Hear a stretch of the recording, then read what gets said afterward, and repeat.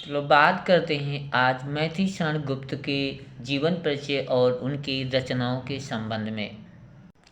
मैथिली शरण गुप्त का जन्म 3 अगस्त 1886 ईस्वी। पुनः सुन लीजिएगा, 3 अगस्त 1886 ईस्वी को चिरगांव जिला झांसी में हुआ था। इनके पिता का नाम रामचरण और माता का नाम सरयू देवी था। इनके पिताजी जो रामचंद्र जी थे वो कविता प्रेमी थे। कनकलता नाम से ये कविताएं भी लिखते थे। रामचंद्र जी के 5 पुत्र थे, यानी मैथिली शरण गुप्त जो थे वो 5 भाई। देखिएगा, ये जो सबसे पहले महाराम दास, राम किशोर, मैथिली शरण, सिया राम शरण और चारशीला शरण, यानी पुनः सुन लीजिएगा 5 नाम: महाराम दास, राम किशोर, मैथिली शरण, सिया राम शरण और चारशीला शरण। और इनमें से मैथिली शरण और सिया राम शरण दोनों जो भाई थे ना, ये काव्य क्षेत्र में इन लोगों को प्रसिद्धि मिली। और जो बालक मैथिली शरण ने एक बार एक छप्पा अपने पिताजी की जो कविता की कॉपी थी उसमें लिख दिया। यानी पुनः समझिए, जो मैथिली शरण गुप्त जी थे, इन्होंने क्या किया, जो इनके पिताजी जिसमें कविताएं लिखा करते थे ना, उसी कॉपी पर इन्होंने एक छप्पा लिख दिया, एक कविता उन्होंने लिख दी। और जब इनके पिताजी ने उस कॉपी को देखा, उस गीत को पढ़ा, बहुत खुश हुए। और खुशी नहीं हुई, अपने बच्चे को आशीर्वाद भी दिया। क्या कहा? तो आगे चलकर हमें 1000 गुनी, यानी हमसे 1000 गुनी अच्छी कविता करेगा। कैसी विचित्र बात है, देखिएगा। इतना खुश हो गए, इतना प्रसन्न हो गए, अपने बच्चे से कहने लगे तू हमसे आगे चलकर हमसे 1000 गुनी अच्छी कविता लिखेगा। अब वाकया मुझे लगता, मुझे क्या तो स्पष्ट ही होता है कि आगे चलकर जो इन पिताजी ने जो इन्हें आशीर्वाद दिया था वो सत्य ही सिद्ध हो गया। गुप्त जी राम भक्त थे और ये रसिक संप्रदाय में दीक्षित थे। इनका घर साहित्य, संगीत एवं धार्मिक प्रवृत्तियों का केंद्र था, जहां ऐसे क्रियाकलाप निरंतर हुआ करते थे।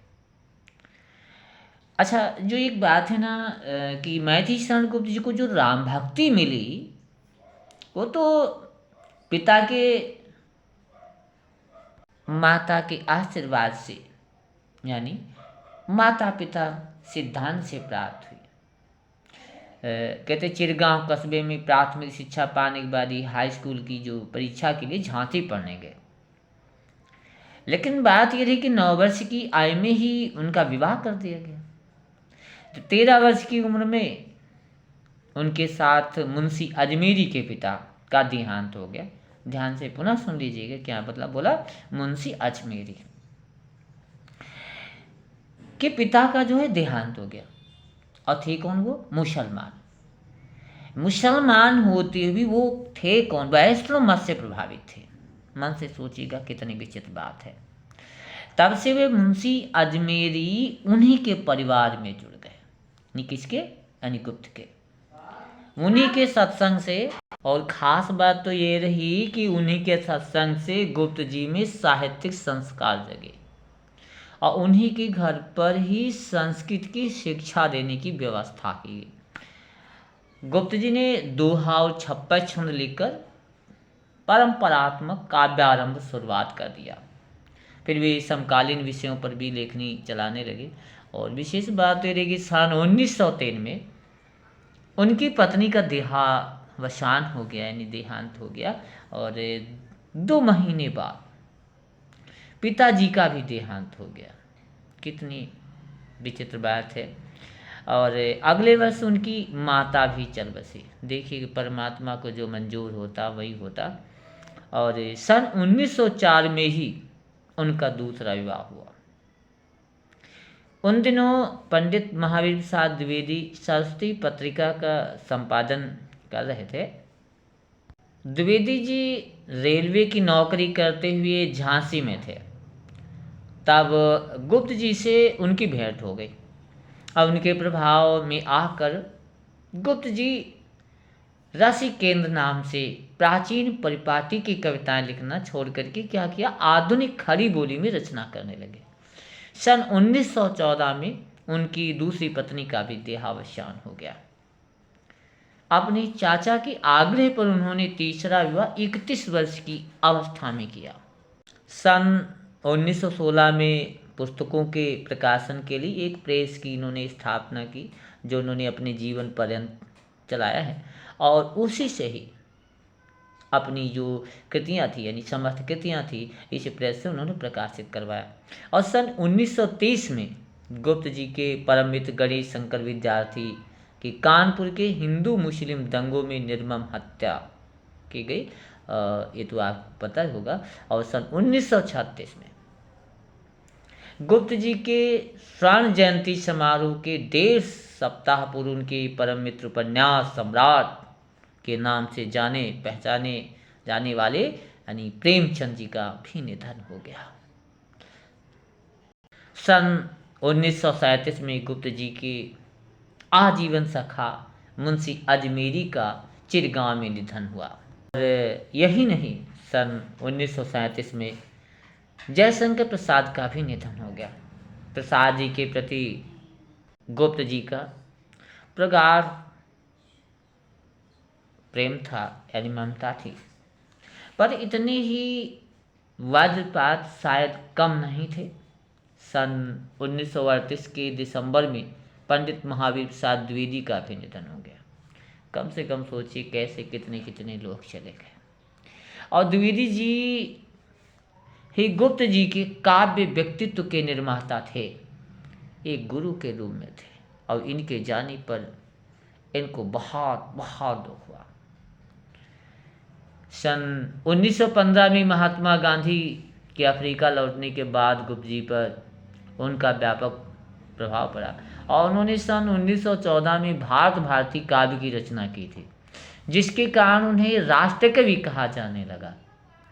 और गणेश शंकर विद्यार्थी के कानपुर से प्रकाशित समाचार पत्र प्रताप के संपादक के माध्यम से पहले से ही राष्ट्रीय कविताएं प्रकाशित हो रही थी। वे प्रताप परिवार के अभिन्न अंग थे और इनके प्रकाशन में हर तरह की सहायता करते थे। सन 1932 में साकेत महाकाव्य प्रकाशित हुआ। गुप्त जी राजनीतिक सत्याग्रह में जेल भी गए। कुलाल गीत की रचना उन्होंने जेल में ही की, और सन 1948 में आगरा विश्वविद्यालय उन्हें डीलिट की उपाधि प्रदान की। सन 1952 में उन्हें राज्यसभा का सदस्य मनोनीत किया गया, और उनके मित्रजन उन्हें दद्दा कहते थे। ये पुनः सुन लीजिएगा, दद्दा कहते थे। हाँ, श्रीमती महादेवी वर्मा ने उन पर दद्दा नाम से ही एक संस्मरण लिखा है, जो महादेवी जी के पत्र के साथी संग्रह में प्रकाशित भी हुआ है। और वो जीवन के अंतिम दिनों में चिरगांव में ही रहे, और ये 15 दिसंबर 1964 को वही उनका देहावसान हो गया, और तब वे 78 वर्ष के थे।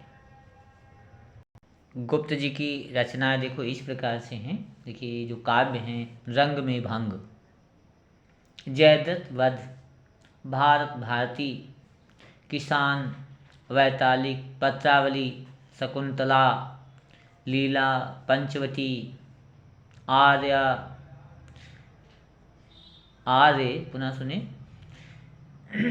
स्वदेश, संगीत, हिंदू, त्रिपथगा, शक्ति, विकट भट्ट, गुरुकुल, झंकार, साकेत, यशोधरा, उच्छ्वास, सिद्धराज, मंगलघट, नहुस, कुराल गीत,